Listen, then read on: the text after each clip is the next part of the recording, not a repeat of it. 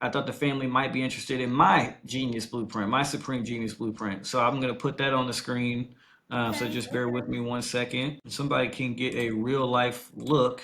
And I'm not going to show y'all everything on my report, but I do want to show what that looks like. So first off, shout out to you, Amethyst, because this looks dope. The Supreme Genius Blueprint. This Thank is you. the opening description. You get a nice little table of context so you know what you're getting. So mine came with the full Genius Blueprint, the full success formula, as well as things to commit to for my growth and final reflections from anything that I was thinking. But more specifically, I'm going to try to zoom in here. This was the section where it was like a SWOT analysis. And this is where we teamed up, right? Because you already had like a version of a Supreme Genius Blueprint that you were already doing. But of course, with my strategy mind, right? The mindset of merging logic with the spiritual, we were able to kind of work together and create this using the SWOT strategy. So the strengths, weaknesses, opportunities, and threats idea. So here's mine. And yo, I'm dope. I ain't gonna lie to you. So I got a lot of gifts. So clairvoyant, clairaudient, highly intuitive. I'm an empath and healer. And I've actually like seen a lot of these things come to pass in my life over the last several years of my own spiritual growth and awakening. But so there's a lot of things that you see, I'm passionate. If you know me, you would know that. I'm very studious, I'm financially literate.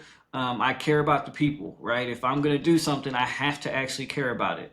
And all these things, they really make sense. But it's not just about, some of the aspects of things that are on the surface, right? Those that have known me for a long time, but there's that deep level. There's the soul level, right? So strong bond with my ancestors, my cosmic guides, a strong bond to the plants out there because that is also a part of creation, right? And so that's how you kind of know when somebody's thinking on that higher level of consciousness and high vibration, they see the God that's in everything.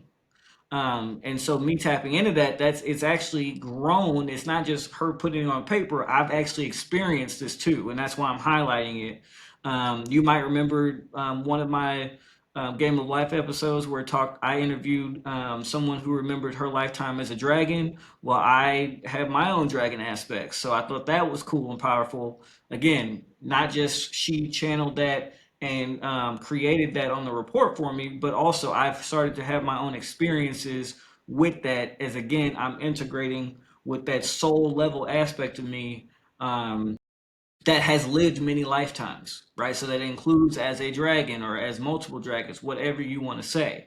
Um, and so I want to pause right there because this is where you may have heard me famously say, um, quit limiting the creator, meaning quit limiting God or source. This idea that you've only ever been a human. How much sense does that actually make? If you have a soul, your soul is just a ball of energy. It can incarnate into whatever being it wants to, right? So you the perspective of just being a human being is a very limited perspective.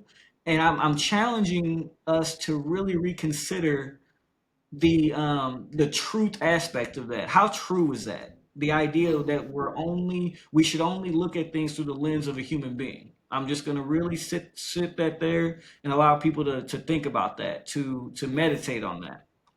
Um, and so I've even had a past life as a wizard. I thought that was cool because I've always loved the idea of magic and sci-fi and all those kind of things. And so I highlight that family because who are you?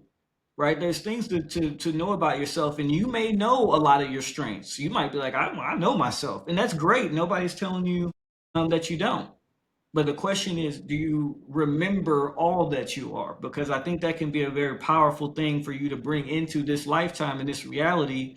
So again, we're talking about wealth codes, right? And so you can reshape your life, utilize some of these gifts that you have and that you've built over many lifetimes that you can bring down here and use to manifest creations here in the physical.